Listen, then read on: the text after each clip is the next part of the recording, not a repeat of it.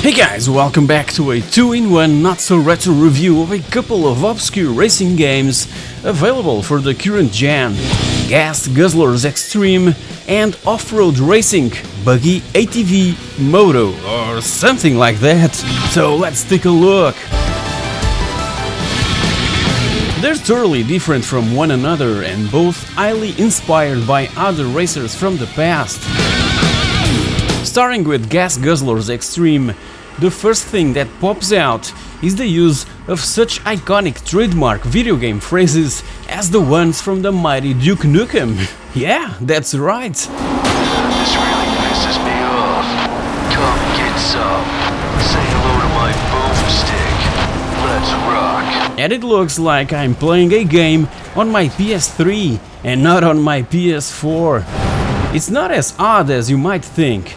Guzzlers Extreme was originally released for Windows PCs back in 2013. 3 years later, also arrived on Xbox One, and by November of 2019, it was time for the PS4 to also get its own version. As you can witness, it's nothing more than a basic combat racing game that was developed by Gamepires and published by Iceberg Interactive. The goal is to dominate the tracks by racing and/or shooting opponents through a course of 40 tracks and 8 different arenas. The game also offers 7 different race types such as Classic Race, Power Race, Battle Race, Knockout, Capture the Flag, Team Deathmatch and Last Man Standing. And check out the names of our opponents! So hilarious!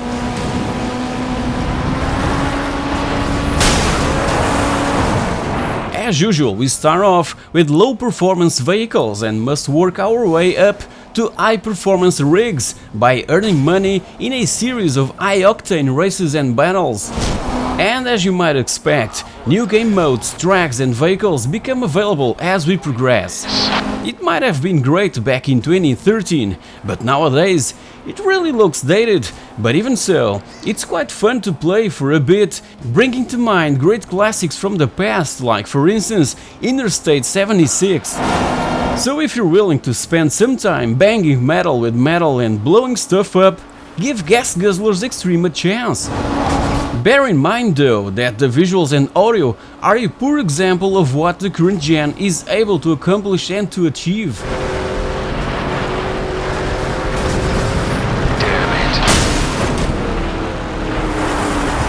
Jumping right into off-road racing, the first thing that came to mind after playing it for a bit was the ill-fated Morais 4. Have you played that one? This game borrows a bunch of tracks from Morais 4, cause it also comes from Artifact Studio, the same group of people behind both games. But let's be honest, these tracks are way more enjoyable now than before. I'm not saying that this is the greatest off-road game ever. Off-road racing brings back amazing memories of playing, for instance, Storm on the PS3 back in 2007.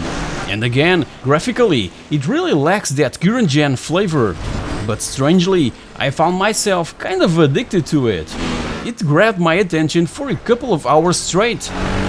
Besides the PC, Xbox One and PS4, off-road racing is also available for the Switch, and it's probably in this last platform that this game makes sense. I mean, it's also quite enjoyable on the PC, that is the version that I'm showing here, but it really feels like a game to play on the move, if you know what I mean.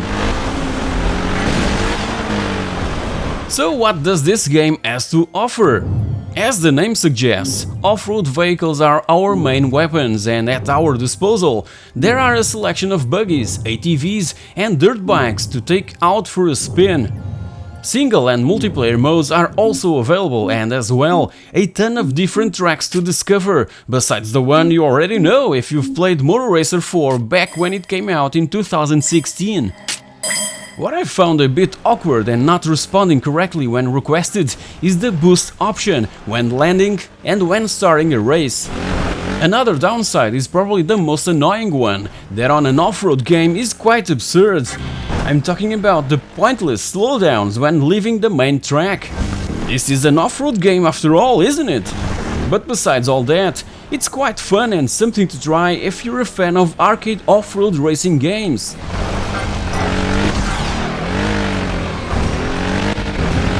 So guys, here you have it, a quick look into a couple of less known racing games that might be of interest to someone out there, cause tastes are just like opinions, everyone has their own.